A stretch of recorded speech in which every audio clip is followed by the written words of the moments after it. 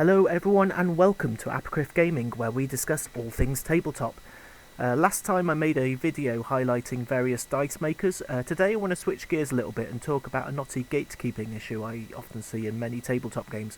They're not limited to D&D, of course. I've seen it in Pathfinder, Exalted, Shadowrun, lots of games. My friend Bartholomew Click did a fantastic video on the misguided notion of running games the wrong way. And the link to that, by the way, is in the description below, and also in the top right hand corner if I figure out how to put it there in time. At the risk of treading on toes, I wanted to discuss how this applies to creating, building and playing your characters at the table, and how many grognard DMs take the attitude that you've made your character the wrong way.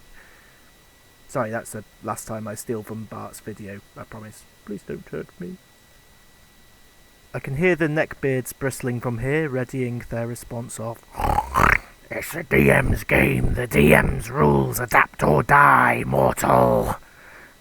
And to an extent, they are right. The characters you build have to conform to some extent to the world that you're playing in. You can't just turn up to a Curse of Strahd game with basically Hero Yoi from Gundam Wing and hurl expletives at the DM when he explains that mobile suits aren't really a thing in Barovia.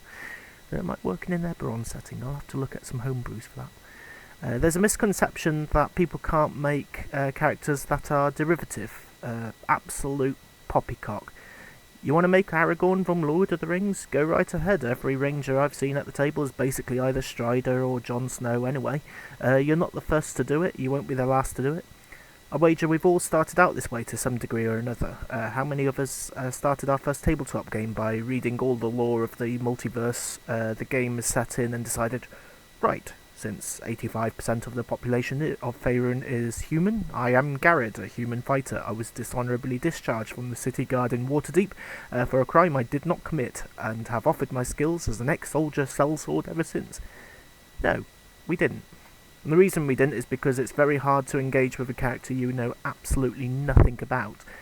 We know that Jon Snow, for example, is a miserable old bastard. Intelligence and wisdom are perhaps his dump stats, but he has decent charisma as people are drawn to him. From the moment you picture him in your head, you immediately know what that character is like and how you should play him. Eventually you'll have the competence, experience, and even the desire to make an original character, or maybe your characters will always be inspired by other existing creations. There's no right or wrong way to design or outline your character. There's another mentality as well, that all player characters should be ordinary or of humble origins. What? No! The content available should tell you that's not true. There's an official race in D&D, for example, that's basically a carrion, a half-demon, half-mortal humanoid with horns and a tail and deep red skin.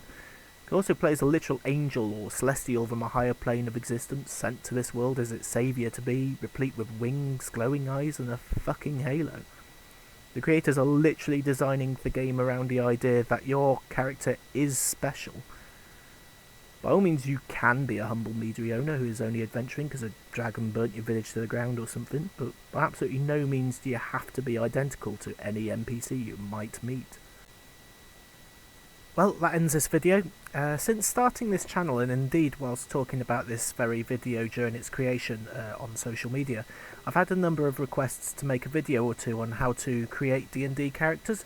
I think I'm going to do a mini-series on this and document the creative process behind making a character.